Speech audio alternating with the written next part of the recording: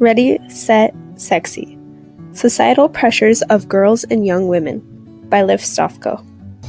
It's been a whole 56 years since Sexy and the Single Girl by Helen Gurley Brown was released, and a lot has changed regarding feminism and women's rights, partially due to women reaching their 20s and realizing 1, they don't want to spend their entire life trying to please a man, 2, that they need to support themselves and actually start careers on their own, and 3, wanting to actually outgrow the mold created for them as young women.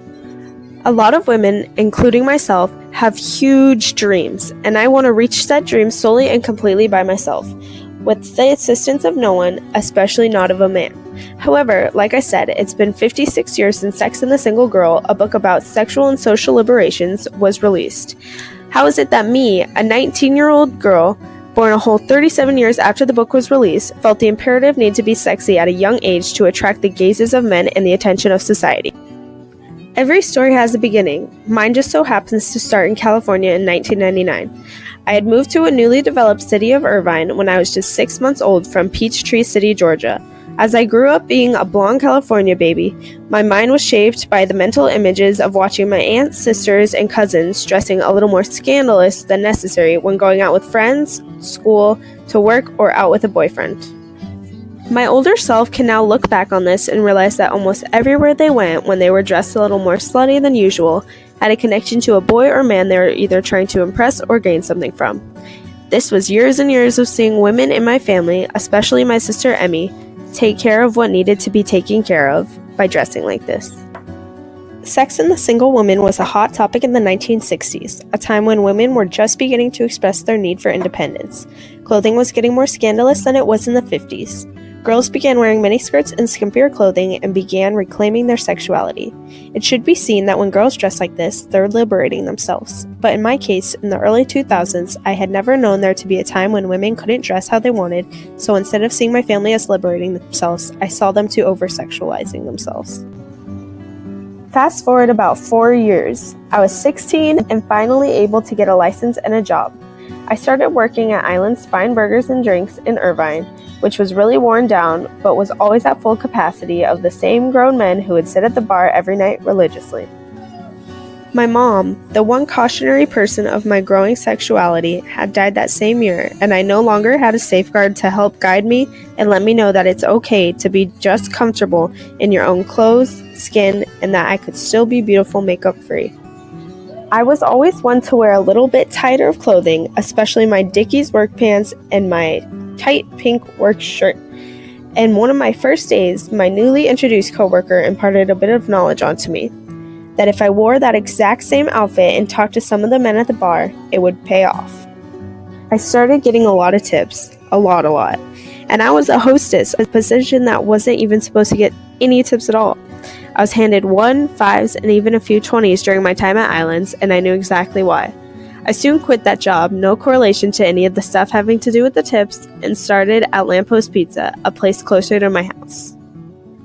When I started at Lamppost, I had just turned 17 and decided for my own sake of being lazy and wanting to exert as little energy as possible before work, I would no longer sexualize myself or wear any makeup to my place of business. This lasted about 5 days. I was getting no attention, and my attention-spoiled self from Islands wanted it so badly. I once again dressed a little more slutty than I'd like to admit, and the tips started to roll in.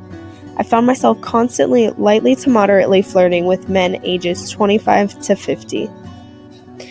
I was getting an average of $20 per tip per older male customer and was making enough money where I actually had a huge amount in the bank and was still able to go out with my friends.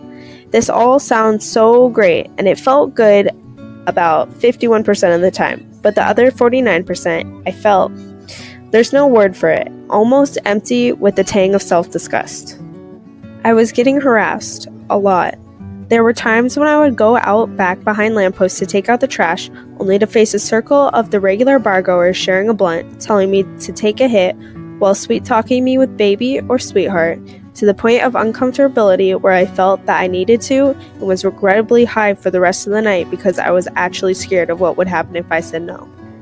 I think I was half scared of the instant repercussions because anytime I said no previously, it wasn't taken as an acceptable answer, and I was half scared that I wouldn't be able to keep my monetary benefits if I denied them my company. In her book, Helen Gurley Brown says that any gifts or raises, or in my case tips, received for sex, or in my case being flirty and sexy, is a way of narrowing the pay gap between men and women. But when does this ever help a girl feel liberated? Sure, you're making money yourself and it may seem like you're doing this independently of men, but you are still having to exploit yourself, put yourself in uncertain situations, and in essence you are still relying on the man because he is still involved in the equation. The idea of sexy as a social construct has always been evident throughout time, and it certainly hasn't been eliminated. It's just seen in a different way now than it was in the 1960s. The ideal woman is constantly evolving. In the 1960s, slim figures and boxy dresses were worn to get attention, just as having a big butt and nice boobs will get you a lot of attention now. But who defines these social constructs? Is it the women looking to dress unique and sexy because they feel good about themselves? Or is it so that they get the attention of someone else? Today, I think that there are definitely girls who dress sexier for themselves, but for the most part, girls are taught they have to dress a little bit more scandalous in order to get anything in return from society. After a year, I went to school at the University of Hawaii at Manoa and saw that being sexy coped for something completely different when you're dealing with much younger men. I arrived at school and felt something that I had never thought was possible for me before. I felt lonely. Now in college, I was in a completely new place, scared and on my own, and the scariest part of all, completely friendless. I'm lucky because this only lasted about maybe a week, but I still felt alone a lot of the time. I started once again to put on my tight clothing, my jean skirt from Forever 21 that shows my stomach, and my low-cut green crop top. I started meeting boys, and laughing when I didn't think they were funny, and nodding and smiling when I didn't think they were interesting. I met a boy. Let's just say his name is Bruce. Bruce and me started off as good friends, but there were a lot of nights when I would get a little bit tipsy and tell my friends I actually thought I liked this kid. The problem? He had a girlfriend. I told him everything because I thought I was supposed to, as a girlfriend. Even things I had never told anybody, such as that I had been sexually abused as a kid by a family friend, and about my sister's suicidal attempts and depression, both of which add to my issues. The night before I left for winter break, he told me he wanted to go steady. And then when I came back from winter break, he cheated on me, with the same girlfriend who I had helped him cheat on. Karma, right? Over the summer, time healed. I realized that maybe I wasn't in love all along, that I just wanted somebody there, a soulmate maybe, and that throughout my life, I have always seen patterns of sexuality, and that in my life, probably beginning around age 8, I felt the need to be sexually validated, and that was mostly about what the relationship was about for me. I wanted and needed male attention because I had become so accustomed to it. I had so much of it growing up due to the way I'd been dressing or acting, and losing it was hard because I didn't know where else to turn. I had learned growing up through watching women around me that you need a man's attention to get somewhere in life, whether it comes down to money or popularity and succeeding socially. The final time I knew this was in fact true about myself, that I felt like I needed sexual validation, was when I met up with a boy I had just met at a party a few weeks later. We met both with the intentions of having sex, and without actually saying it, moved into his room and things escalated. About 20 minutes later, just as I was about to come, he stated the words, "I hope you don't mind that I recorded this," which prompted me to ask why right away. However, I was in the heat of the moment, and honestly, I didn't say no, which roots back to my reliance on having a man's approval. Honestly, I don't even know where the video recording is and where the camera was in the room, but I just wanted to forget all about it.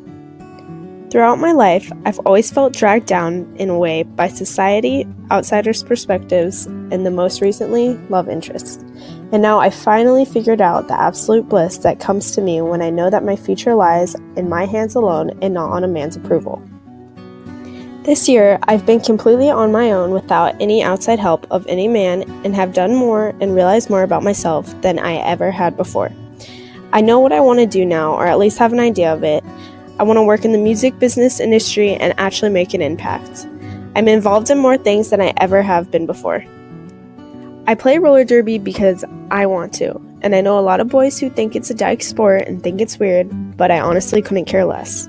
I work at an elementary school where I get attention from kids, not men, and I work at KTUH, University of Hawaii's radio station. That's about me socially, but emotionally and physically, I'm still a very sexual person. And by those standards, I am finally able to define myself as a sexy woman, or as Girly simply states, a woman who enjoys sex.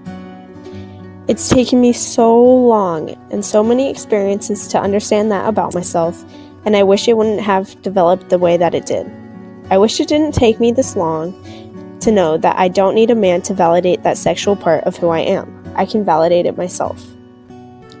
All along, I've wanted to so desperately be able to embrace my sexuality by myself without a secondary party defining it, and I'm learning to do so today, but I'm still working on it. I believe in my heart that one day soon, girls won't let men's approval get in the way of being themselves, both spiritually and physically.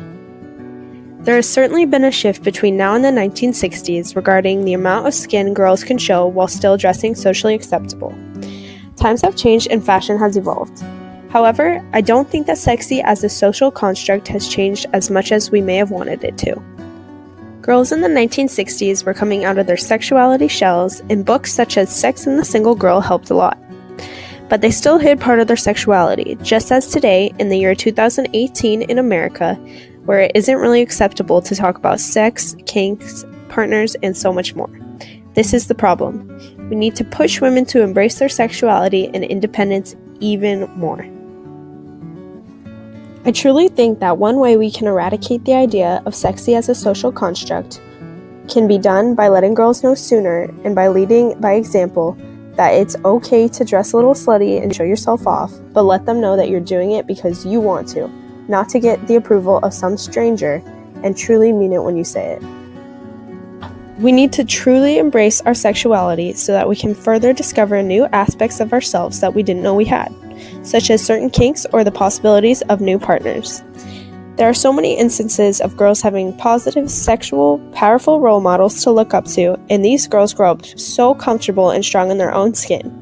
We need more of this so that girls like me don't have to take until they're 19 years old to feel that way.